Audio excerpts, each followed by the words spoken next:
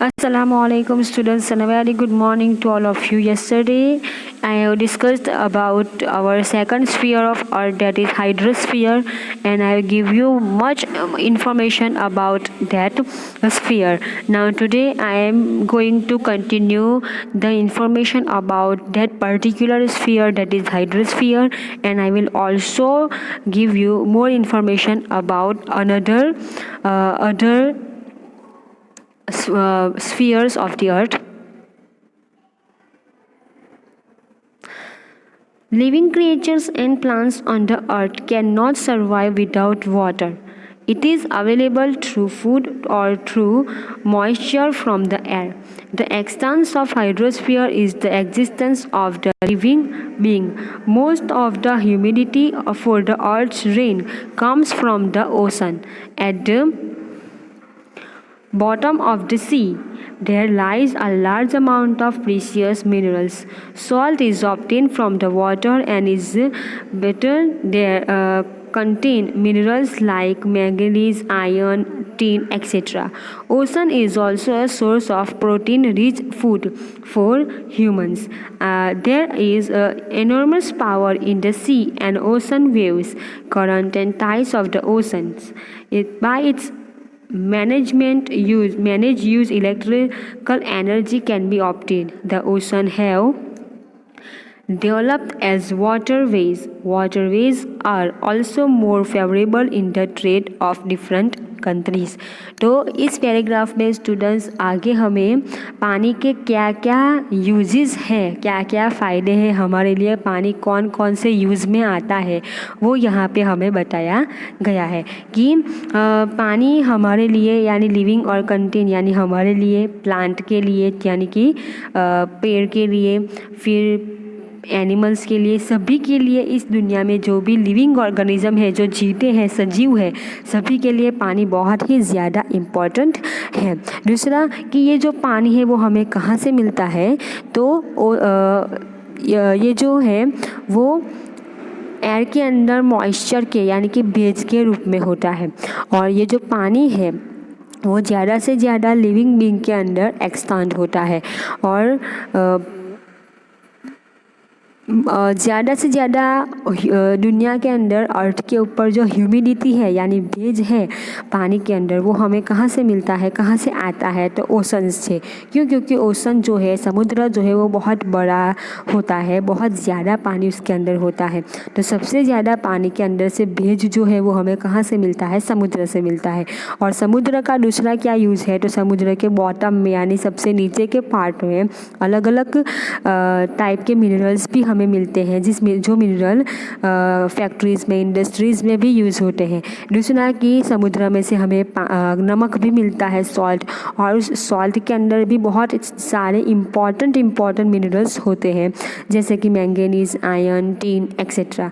दूसरा कि ओशन के अंदर प्रोटीन रिच यानी प्रोटीन से भरपूर खाना भी हमें समुद्र से मिलता है। यानी कि हमें मालूम है पानी के अंदर भी मछलियाँ वो सब होती है, तो प्रोटीन से भरपूर खाना भी हमें समुद्र के पानी से मिलता है। तो ऐसे स्टूडेंट्स हमारे लिए पानी बहुत ही ज़्यादा फ़ायदेमंद, बहुत ही ज़्यादा यूज़फुल है हमारे हर एक काम के लिए।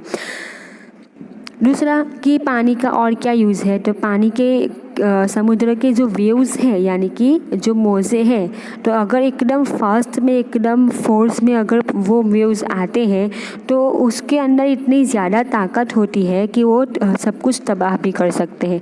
दूसरा कि उसी फोर्सफुल वेव्स की यूज़ से हम लोग इलेक्ट्रिसिटी प्रोड्यूस कर सकते हैं, यानी कि लाइट को प्रोड्यूस कर सकते हैं। पानी के इस ज़्यादा फोर्स को यूज़ करके इलेक्ट्रिसिटी प्रोड्यूस की जाती है।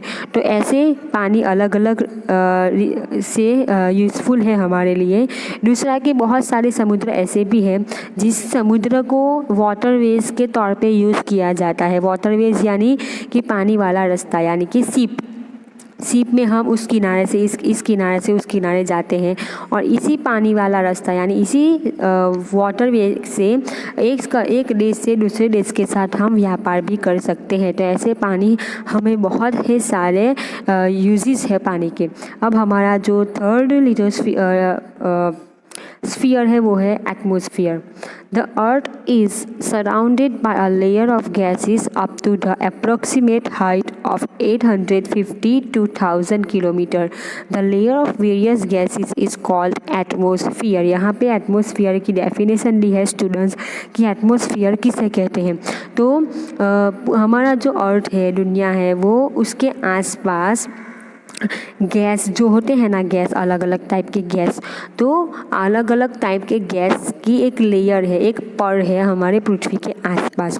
और टोटल 850 to 1000 किलोमीटर की हाइट होती है इन सभी गैस के लेयर्स की, लेयर यानी पर। और इन सभी गैसेस के लेयर को एटमोसफियर कहते हैं। एटमोसफियर यानी गुजराती में अगर हम कहें तो वातावरण। The atmosphere can not be with the naked eye. Various gases, water vapours, takes particles of asteroids, salt particles and even microorganisms, insects are mixed with the atmosphere। Atmosphere में स्टूडेंट्स क्या क्या होता है, तो एक तो कि एटमोसफियर को इतना, एटमोसफियर के अंदर जो गैस है वो इतने ऐसे होते हैं कि हम उसको नहीं खुली आँख से नहीं देख सकते हैं।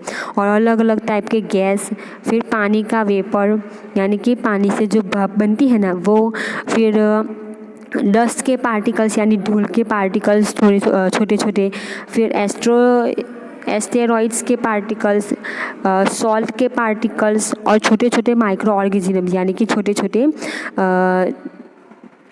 जीव जो होते हैं, छोटे छोटे इंसेक्ट जो होते हैं, ये सभी एटमॉस्फेयर के अंदर मिक्स होते हैं।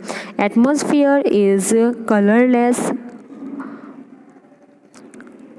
odorless and tasteless as well as transparent। Atmosphere students colourless होता है यानी उसके अंदर कलर नहीं होता। हमारे पृथ्वी के आसपास एटमॉस्फेयर है, हमारे आसपास एटमॉस्फेयर है, वातावरण है, लेकिन हम उसे देख सकते हैं नहीं क्योंकि वो कलरलेस होता है। फिर है कि वो टेस्टलेस, उसका कोई टेस्ट भी नहीं होता है। और एकदम ट्रांसपेरेंट यानी आर पार होता है। Atmosphere comprises of solid, liquid and gaseous matters. Atmosphere के अंदर भी सॉलिड पार्ट होता है, लिक्विड के अंदर भी पार्टिकल्स होते हैं और गैस के फॉर्म में भी पार्टिकल्स होते हैं।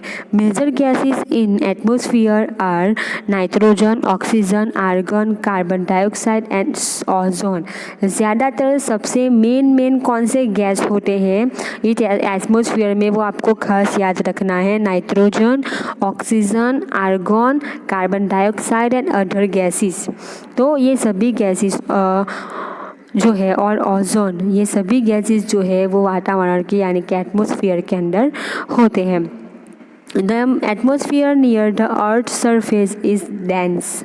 एटमॉस्फेयर जो है वो बहुत ही घट, डेंस यानी बहुत ही ज़्यादा उसका पर होता है।